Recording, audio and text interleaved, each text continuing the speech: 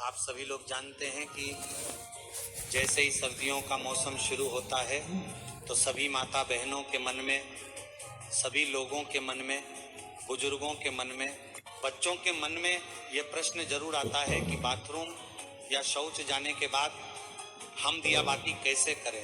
क्योंकि कई सारी माताएं बहनें रोज सुबह शाम अपने घर में दिया और बाती करती है। कभी कभार बुजुर्ग भी दिया बाती करते हैं और कभी कभार बच्चे भी करते हैं। महाराज, ये प्रश्न विशेष रूप से सभी लोगों के मन में सर्दियों के मौसम में ही आता है, क्योंकि सर्दियों के मौसम में पानी बहुत ठंडा होता है।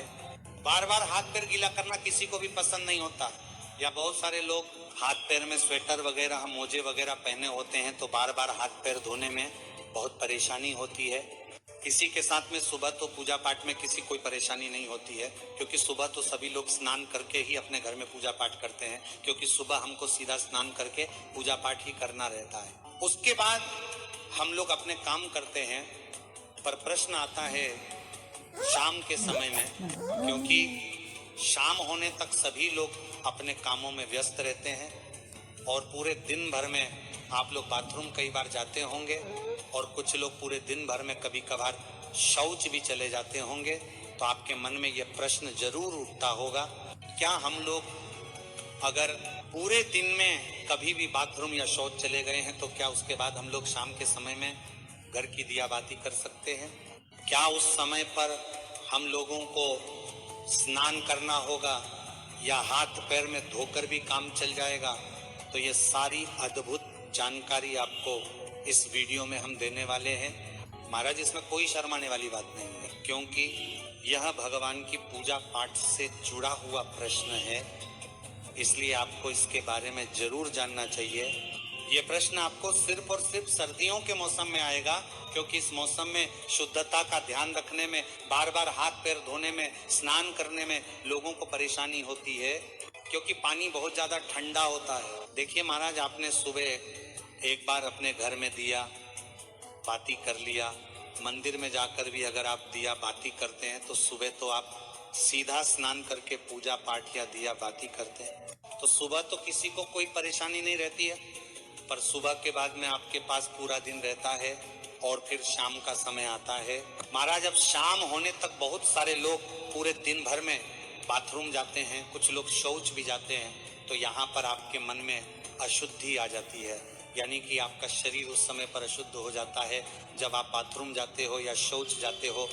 इसके बाद अब आप अपने घर में सीधा दिया बातें करने के लिए नहीं जा सकते।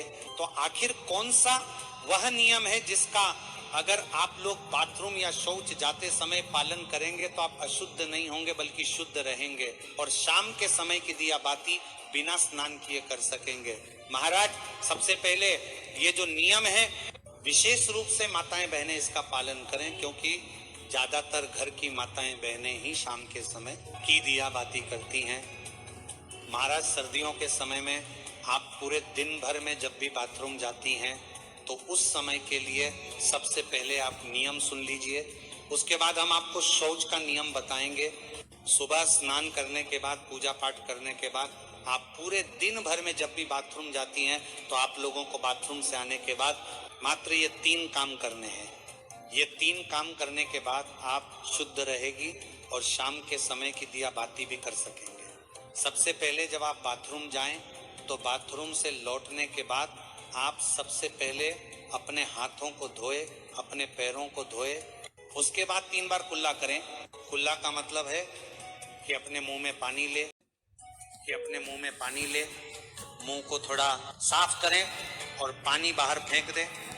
यह प्रक्रिया आपको 3 बार करनी होती है, मतलब 3 बार कुल्ला करना रहता है। इसके बाद आखिरी में थोड़ा सा पानी अपने मुंह पर अगर आप लोग मार लेते हैं या एक हाथ गीला करके अपने मुंह पर फेर लेते हैं तो आप पूर्ण रूप से शुद्ध हो जाते हैं। महाराज, यह नियम सिर्फ माता बहनों के लिए नहीं बल्कि सभी लोगों के लिए है, चाहे आप बुजुर्ग हो, चाहे आप पुरुष हो, चाहे आप बच्चे हो। अगर आप बाथरूम से लौटने के बाद इस तरीके से ये 3 कार्य करते हैं तो आप पूर्ण रूप से शुद्ध हो जाते हैं। महाराज, अब आप लोग कहेंगे कि यहाँ पर भी तो हमें पानी का इस्तेमाल करना पड़ रहा है, पर यहाँ पर आपको कम पानी का इस्तेमाल करके हाथ मुंह धोना पड़ रहा है। अन्यथा फिर आपके पास स्नान करने का ही एक आखिरी तरीका बचता है। आप चाहे तो हाथ मुंह धोने के लिए गर्म पानी भी करके रख सकते हैं, इसमें कोई परेशानी नहीं है। पर बाथरूम से लौटने के बाद अगर आप ज्यादा कुछ ना भी कर पाए तो अपने हाथ पैर जरूर धोएं।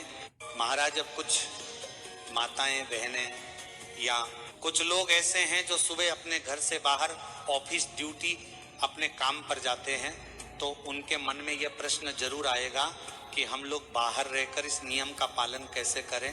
तो महाराज, अगर आप लोग बाहर काम करने जाते हैं, ऑफिस या ड्यूटी जाते हैं, तो उस जगह पर आप इस नियम का पालन नहीं कर पाएंगे, क्योंकि उस समय पर आप पैरों में मोजे और जूते पहने होंगे या वहां पर आपको वैसा स्थान ना मिले कि आप अपने हाथ मुंह धो सके। तो इसलिए बाहर रहकर